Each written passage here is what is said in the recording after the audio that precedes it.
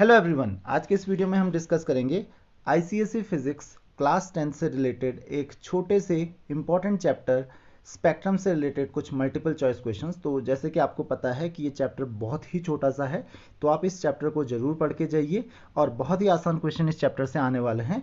तो चलिए हम कुछ मल्टीपल चॉइस क्वेश्चंस डिस्कस करते हैं। फर्स्ट क्वेश्चन आपके पास है, The phenomenon of splitting of white light by a prism into 7 different colors is called, तो इसको हम क्या कहते हैं? This is called refraction of light, deviation of light और dispersion of light। तो यहाँ पे देखिए splitting of white light of a prism into 7 different colors, इसको हम कहते हैं dispersion of light। ध्यान रखिए, this is not all of the above, ये होगा dispersion of light। refraction आपको पता है बेंडिंग होती है जब लाइट एक मीडियम से दूसरे मीडियम में जाती है, उसको हम कहते हैं रिफ्रैक्शन ऑफ लाइट। और जो लाइट का जो पाथ होता है वो कितना चेंज होता है, that is known as deviation of light. तो इसका आप ध्यान रखेंगे। नेक्स्ट क्वेश्चन हमारे पास है, angle of deviation is minimum for, तो एंगल ऑफ डेविएशन आपको शायद अभी तक पता चल चुका होगा ऑलरेडी। मिनिमम होता है angle of deviation for red light, इतना आप ध्यान रखेंगे। रेड लाइट के लिए एंगल ऑफ डेविएशन हमेशा मिनिमम होता है। वॉयलेट लाइट के लिए एंगल ऑफ डेविएशन सबसे ज्यादा होता है। तो ध्यान रखिए, विबग्योर ध्यान रखिए, इस ऑर्डर में होता है। तो रेड लाइट जो होती है वो सबसे कम डेविएट होती है और वायलेट लाइट सबसे ज्यादा डेविएट होती है। तो ये डिक्रीजिंग ऑर्डर हो गया डेविएशन का।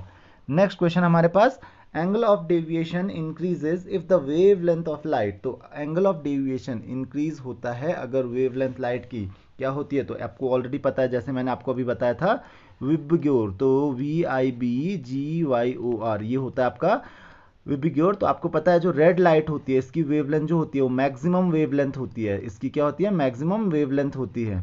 और वायलेट लाइट की वेवलेंथ जो होती है वो मिनिमम होती है। लेकिन डेविएशन किसमें सबसे ज्यादा होता है, वेवलेंथ जो है जिसकी सबसे कम है, यानी कि वायलेट लाइट की। तो यही पूछा जा रहा है कि angle of deviation increases if the wavelength of light, यहाँ पे होगा डिक्रीजेज। वेवलेंथ जितनी कम होगी एंगल ऑफ डेविएशन उतना ज्यादा होगा। तो आराम से सोच समझ के आप आंसर दीजिए, एकदम से हड़बड़ी में आंसर मत दीजिए, अदरवाइज आप इसको गलत कर सकते हो। नेक्स्ट क्वेश्चन हमारे पास है, when the light passes through a prism the speed of emergent light is, तो speed of emergent light क्या होगी, तो जब प्रिज्म के थ्रू लाइट पास होती है, तो ध्यान रखिए यहाँ से लाइट गई, ये फिर यहाँ पे डेविएट हुई और इमर्जेंट लाइट कुछ इस तरीके से जाएगी। तो ये लिखा हुआ है यहाँ पे greater than the speed of incident light, less than the speed of incident light या same as the speed of incident light. तो आपको पता है ये इंसिडेंट लाइट है, सेम मीडियम में है, और इमर्जेंट लाइट भी सेम मीडियम में है, तो स्पीड में कोई फर्क नहीं आएगा। हाँ, प्रिज्म के अंदर जो लाइट होगी उसकी स्पीड कम हो जाएगी, लेकिन जो इमर्जेंट लाइट और इंसिडेंट लाइट की जो स्पीड रहेगी वो सेम ही रहेगी।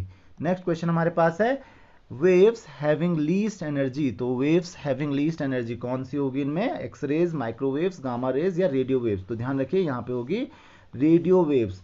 आपको पता है गामा रेज की एनर्जी हाईएस्ट होती है, तो ये वेवलेंथ पे डिपेंड करती है, जिसकी जितनी ज़्यादा वेवलेंथ होती है उसकी एनर्जी उतनी कम होती है। तो यहाँ पे आपका आंसर होगा रेडियो वेव्स, और हाईएस्ट अगर पूछा जाता है तो वो होता है गामा रेज। नेक्स्ट क्वेश्चन हमारे पास, which of the following light travels with lowest speed in prism, तो पहला आपके पास ब्लू, येलो, रेड या ऑल हैव सेम स्पीड। तो प्रिज्म के थ्रू जब आप लाइट पास कर रहे हो तो एक चीज़ ध्यान रखिए, आपको पता है VIBGYOR ये आपका विबग्योर हो गया, जितने डेविएशन जितना ज़्यादा होता है उसकी स्पीड उतनी कम होती है। तो वॉयलेट में डेविएशन सबसे ज़्यादा होगा, तो ये इंक्रीजिंग ऑर्डर हो जाएगा स्पीड का। तो वायलेट की स्पीड सबसे कम होगी, देन इंडिगो, देन ब्लू। तो यहाँ पे ऑप्शन देखिए कौन सा है हमारे पास, ब्लू है, तो blue will be the correct answer. उसके बाद आएगा ग्रीन, देन येलो, और रेड की स्पीड सबसे ज़्यादा होगी, तो ऑल हैव सेम स्पीड ये नहीं होगा, इसका ध्यान रखेंगे आप। नेक्स्ट क्वेश्चन हमारे पास है, गामा हैव, जो गामा रेज होती हैं, यहाँ पे रेज होगा, तो gamma rays have, gamma rays में क्या होता है, लॉन्गेस्ट वेवलेंथ, जी नहीं, जितनी ज़्यादा वेवलेंथ होती है एनर्जी कम होती है। Greatest frequency, this is the correct option, इसकी फ्रीक्वेंसी जो होती है वो हाईएस्ट होती है, वेरी लो एनर्जी बिल्कुल नहीं, जितनी ज़्यादा फ्रीक्वेंसी होती है एनर्जी उतनी ज़्यादा होती है। ऑल ऑफ द अबव तो आ नहीं सकता है। तो आई होप कि आपको ये समझ में आ गया होगा। नेक्स्ट क्वेश्चन हमारे पास है, विच of the following have highest speed in vacuum, तो गामा रेज या फिर रेडियो वेव्स या फिर विजिबल लाइट। तो आपको पता है ये सारी की सारी जो वेव्स हैं दीज आर इलेक्ट्रोमैग्नेटिक, और इलेक्ट्रोमैग्नेटिक वेव्स जितनी भी होती हैं इनकी स्पीड जो होती है that is equal to speed of light in vacuum. तो all have same speed, same speed होगी सबकी, that is 3 × 10⁸ metre per second. तो इसका आंसर होगा ऑल हैव सेम स्पीड। तो आई होप कि आपको ये समझ में आ गया होगा। नेक्स्ट क्वेश्चन हमारे पास, which of the following are useful in communication, इनमें से कौन सी वेव्स जो होती हैं कम्युनिकेशन में यूजफुल होती हैं। सो इसका देखिए करेक्ट आंसर होगा माइक्रोवेव्स, क्योंकि देखिए इंफ्रारेड तो हीट वेव्स होती हैं, एक्स रेज का यूज आपको पता है कहाँ पे होता है, यूवी रेज अल्ट्रावायलेट रेडिएशन का भी आपको पता है, तो correct option will be microwaves. तो माइक्रो और रेडियो वेव्स इनका हम यूज करते हैं बेसिकली, माइक्रोवेव्स इसका करेक्ट आंसर होगा। नेक्स्ट क्वेश्चन है आपके पास, which of the following is not true. Option A, electromagnetic waves do not require any medium to travel. तो ये तो आपको पता है कि इलेक्ट्रोमैग्नेटिक वेव्स को कोई मीडियम की जरूरत नहीं होती, ये ट्रू ऑप्शन है, ये ट्रू आंसर है। तो हमको ट्रू नहीं ढूंढना है कि इनमें से कौन ट्रू नहीं है। Electromagnetic waves are transverse in nature, तो ये भी ट्रू है।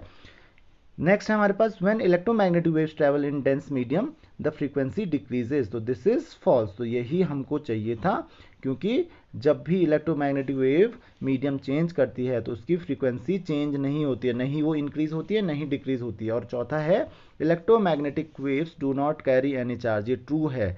तो कौन सी स्टेटमेंट इनमें से ट्रू नहीं है, स्टेटमेंट सी। तो आई होप कि आपको ये क्वेश्चन भी समझ में आ गया होगा। So this is all in this lecture. अगर आपकी कोई भी क्वेरीज हैं, कोई भी डाउट्स हैं, तो आप मुझे कमेंट्स, फेसबुक, इंस्टाग्राम कहीं पर भी क्वेश्चंस पूछ सकते हैं। See you in the next lecture. Thank you very much.